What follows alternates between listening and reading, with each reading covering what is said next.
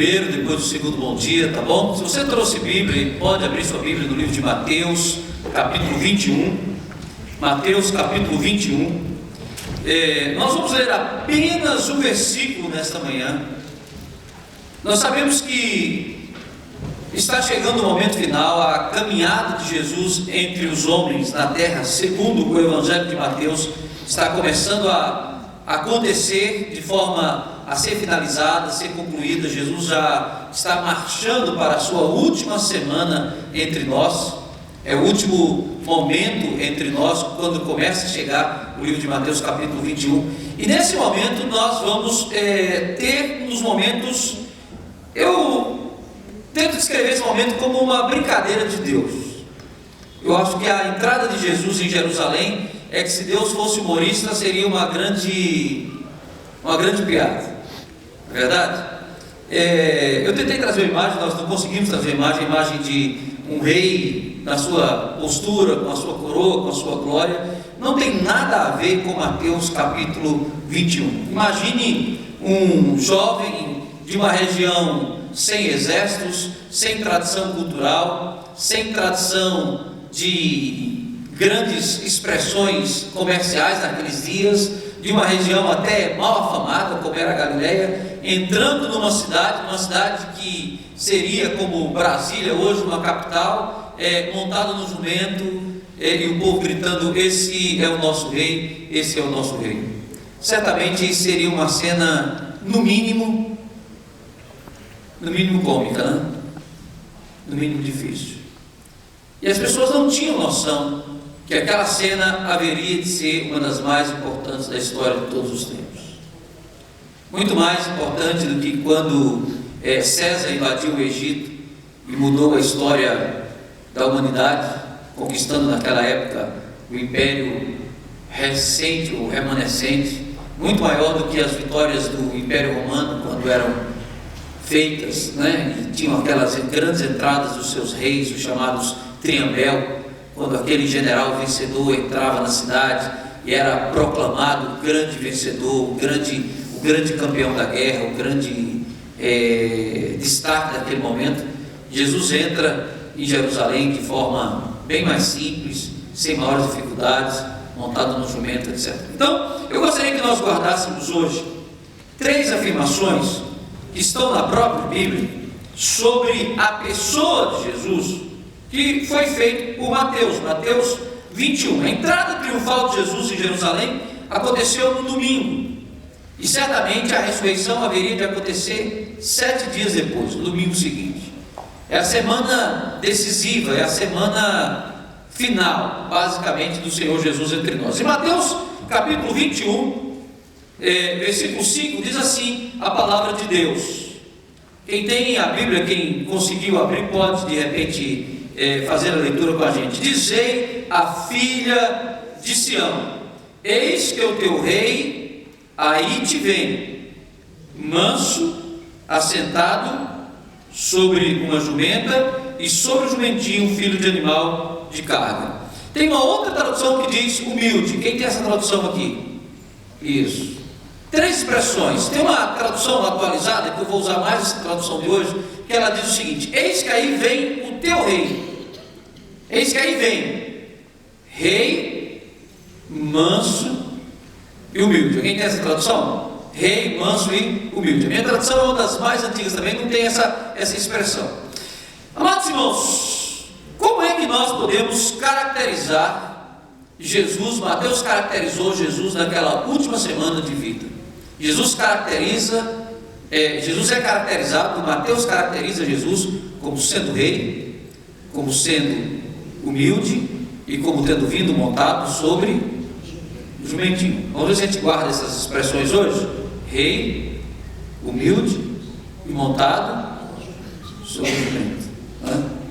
Um domingo antes, como se fosse hoje. Domingo que vem, a história da humanidade já seria completamente diferente. Vamos ficar de pé, fazer uma oração, pedir a Deus que abençoe o comentário da palavra nessa manhã, abençoe a Santa Ceia, abençoe o nosso momento.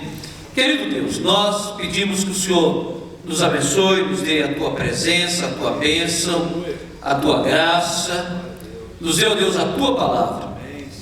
expressões, ó Deus, pequenas, rei, humilde e montado sobre um jumento, possa hoje, Deus, interferir nas nossas personalidades, interferir, ó Deus, na nossa vida, interferir, ó Deus, nas nossas atitudes, interferir, ó Deus, na nossa existência. Permita, Deus, que esta palavra seja bênção para todos nós, seja bênção para a tua igreja, seja bênção para os teus filhos, seja bênção, Deus, para cada vida preciosa que entrou aqui hoje. No nome de Jesus nós oramos, hoje e sempre. Amém. Podem sentar. Se vocês observarem, quando Jesus foi condenado por Pilatos, Pilatos fez algo que não estava na programação dos fariseus, não estava na programação dos judeus. Pilatos escreveu sobre a cruz a acusação de Jesus. E ele escreveu que a acusação de Jesus, qual foi a acusação de Jesus? Rei dos judeus. Ele escreveu isso em aramaico, grego e latim, 3 línguas. Os sumos sacerdotes, o pessoal incomodado com aquela expressão, eles se voltaram para Jesus e falaram assim: não diga que é rei, diga que ele se disse rei. E Pilatos disse: não, o que eu escrevi, escrevi, está escrito, está escrito. É interessante que muitas pessoas fizeram de tudo para que Jesus jamais viesse a ser rei.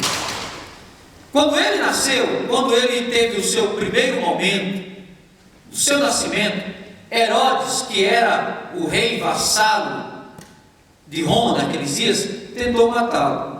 Matou muita gente tentando matar a criança, para que a criança não sobrevivesse, para que o rei dos judeus não viesse a existir. Quando ele nasceu, os magos, aqueles sábios que vieram do Oriente, perguntaram: onde está aquele que é nascido rei dos judeus? E ao longo dos momentos em que as pessoas conversavam com Jesus, todo mundo perguntava: se tu és rei, por favor, nos diga. Mas é interessante que Jesus jamais teve preocupação em assumir o seu título, em assumir a sua posição, em assumir a sua autoridade, em assumir o seu poder. Enquanto muitas vezes nós estamos e vivemos extremamente preocupados em dizer quem somos, Jesus, durante toda a sua vida, ele viveu quase que sem dizer quem ele verdadeiramente era. Mas quando nós tomamos, amados irmãos, esse texto nas mãos, nós aprendemos algumas coisas mais. Dentre essas coisas que nós aprendemos que Jesus é, ao longo da história, o rei mais humilde que nós tivemos, mais simples. Ele não teve exército, não teve, nunca cobrou imposto, né? Não teve súditos, não teve uma corte para servir, nunca se vestiu como os reis se vestiram, nunca juntou um patrimônio como muitos reis montaram, construíram, não fez questão de deixar uma herança, deixar um escrito para que a sua descendência continuasse, nunca teve um domínio territorial. E você vai começando a dizer: mas que rei é esse? Que rei é esse? Se fosse nos nossos dias, talvez parecesse um rei escrito por Ariano Suassuna, né? Um rei sem trono, um rei sem histórico, um rei sem documentos, sem arquivos, sem embaixadores. Porque Jesus é rei somente daqueles que querem ser seus súditos. O reino de Jesus não é obrigatório. Não adianta você simplesmente pensar que Jesus é rei sobre todos. Ele não é o rei da força, ele não é o rei do exército, ele não é o rei que controla a vida como os homens controlam. E naquele domingo de Ramos, naquele domingo festivo, quando ele entrou em Jerusalém e as pessoas abanaram, ali as folhas das árvores, celebrando e disseram: bem-vindo aquele que vem como filho de Davi, como filho do rei, grande rei Davi. Muitas daquelas pessoas estavam enganadas acerca da essência do reinado de Jesus. Nós sabemos que o reino de Davi não foi um reino pequeno. Nós sabemos que o reino de Davi não foi um reino simples. Possivelmente Davi teve, não possivelmente, realmente Davi teve mais de 1 milhão de soldados, cerca de 1.300.000 soldados. Davi era um império, tinha um império. E de repente as pessoas pensam: como é que um homem, um galileu, montado num jumento, entra em Jerusalém para ser o Messias? Para ser o Messias. Do ponto de vista dos fariseus, do ponto de vista do entendimento, se nós estivéssemos lá, eu tenho certeza que a gente iria pensar da mesma forma deles. Eu ia analisar e dizer: tem alguma coisa errada que eu não estou entendendo. Como é que vem o filho de Davi, montado no jumentinho, sem gente, sem súditos, sem armas, sem poderes, sem trombeta para anunciar, sem banco central para controlar as riquezas? Nós chegaríamos a alguma conclusão que nós teríamos que, no mínimo, pensar. Mas eu quero, nessa Santa Ceia, pensar sobre isso hoje e apenas trazer a reflexão para nós de que a presença de Jesus, o reino de Jesus, não é o rei ou não é o reino que controla o que nós temos, o nosso potencial de conhecimento, as nossas riquezas. Jesus é o rei que molda as nossas vidas pelo seu exemplo. Amém. Se eu quero andar com Jesus, eu tenho que tirar parte daquilo que me prende e que não é igual a ele. Quando eu começo a andar com Jesus, aprendendo de forma clara e objetiva em relação a Mateus, você aprende que Jesus é o rei que governa pelo exemplo e não pela força. Ele governa pelo caráter e não por decretos. Ele governa com autoridade e não simplesmente com poder temporal. Se eu vou me aproximando de Jesus, à medida que eu me aproximo de Jesus, eu só tenho uma opção: ou eu tiro tudo que existe sobre mim, de orgulho, de títulos, de grandeza, de conquistas, de poder, de presunções, de pretensões, ou então eu vou ficar muito diferente do que Jesus é. Eu não vou parecer com ele. O meu comportamento, a minha essência, o meu jeito de ser vai destoar do que Jesus é. Talvez o homem que mais entendeu isso ao longo da nossa história, da história moderna, foi Paulo. Quando Paulo escreve à igreja de Corinto para falar sobre Jesus, havia uma dificuldade eclesiástica daqueles dias, e as pessoas preocupadas com certos detalhes. Um dizia: eu sou de fulano de tal, o outro dizia: eu sou de ciclano, o outro: eu sou de beltrano. Um dizia: eu gosto da boa oratória, o outro dizia: eu gosto da intelectualidade. Um dizia: eu sou mais voltado para a liturgia, o outro dizia: eu sou mais voltado para aquilo, para aquela situação.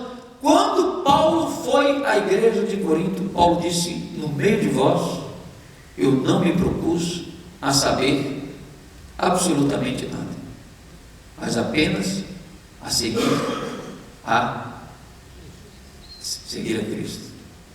Toda vez que nós nos aproximamos da ceia, amados irmãos, da mesa, da comunhão, nós temos que entender que o nosso rei é o rei que entrou em Jerusalém de forma humilde.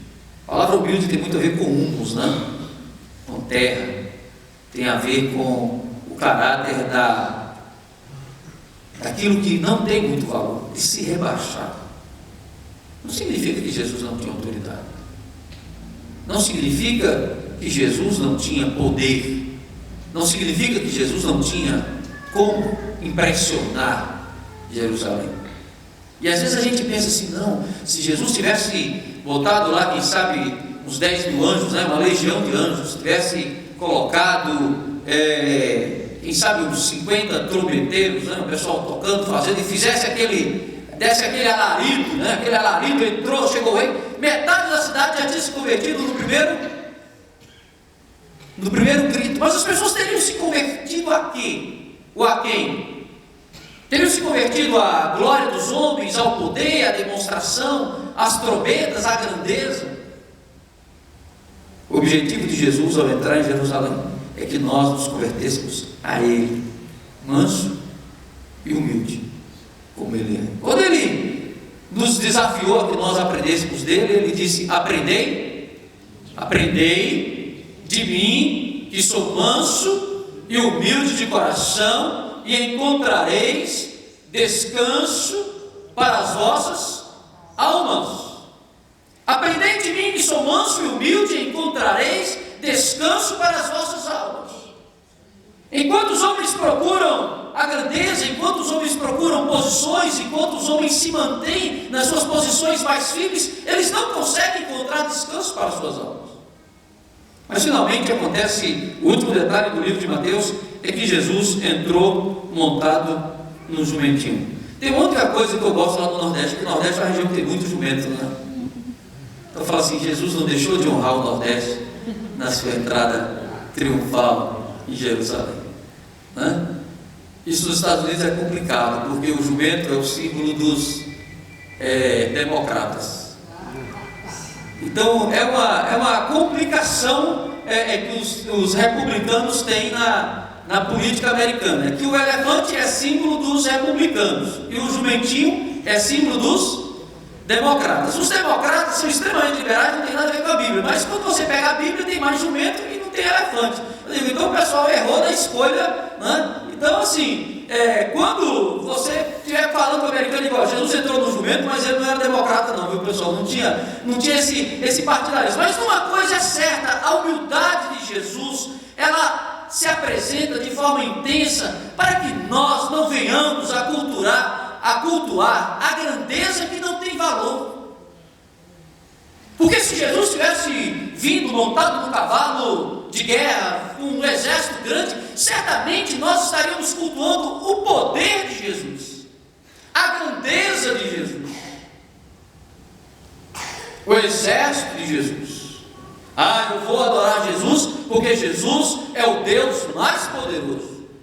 Eu vou adorar Jesus porque Ele é o Deus que mais possui súditos. Eu vou adorar Jesus porque Ele tem isso, porque Ele tem aquilo, porque Ele tem milhares de características, tem um poder universal. Mas Deus não gostaria, eu tenho certeza disso, e não gosta que nós o adoremos por causa do poder que Ele tem. Deus tem prazer em receber a nossa adoração quando nós o adoramos por causa daquilo que Ele é. O Deus que nós adoramos é humilde.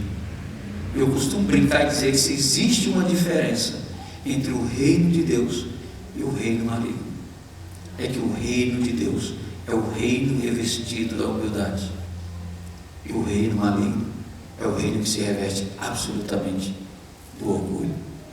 Nosso rei entrou em Jerusalém manso, humilde e montado em um jumentinho. De sorte, amados irmãos, que haja em nós, ou que haja em vós, o mesmo sentimento que houve também em Cristo Jesus. E sendo Deus, não teve por usurpação usar na terra os atributos de Deus, mas ao contrário, se fez homem, e se fazendo homem, Ele julgou que a grande posição que Ele poderia assumir foi a posição de servo. E sendo servo, Ele achou que deveria ser um servo obediente, e não somente obediente nas coisas boas, mas deveria ser obediente até a morte, e morte de cruz. Pelo que Deus o exaltou e deu o nome que está acima de todo nome, para que o nome de Jesus se dobre todo o joelho no céu, na terra debaixo da terra. Vamos ficar de pé, vamos orar. Meus irmãos, o objetivo dessa mensagem hoje é pedir a Deus que Deus nos revista, que Deus nos dê a humildade de Cristo. Amém? Amém, irmãos? Amém. Que Deus nos faça como Jesus. Querido Deus, dá-nos a tua humildade, Senhor. Se existe em mim algum mal que me afaste de ti, Senhor, quebranta-nos, quebranta-me. Ensina-nos, ó Senhor, a perceber esse caráter de Jesus, manso e humilde, montado no jumentinho, entrando em Jerusalém, para mostrar ao mundo que a autoridade e poder não depende do que temos, mas do que somos, Pai. E nós, Deus, queremos ser súditos de Cristo. Nós queremos, ó Deus, ser súditos do Senhor Jesus. E queremos aprender com Ele, andar com Ele e crescer com Ele. Que essa palavra, Deus, abençoe as nossas vidas hoje. E que no nome de Jesus, o nosso caráter, Deus, seja moldado pelo exemplo de Jesus Cristo. E que a Tua palavra seja bênção na nossa vida. No nome de Jesus nós oramos hoje e sempre. Amém, amém, amém. Deus abençoe.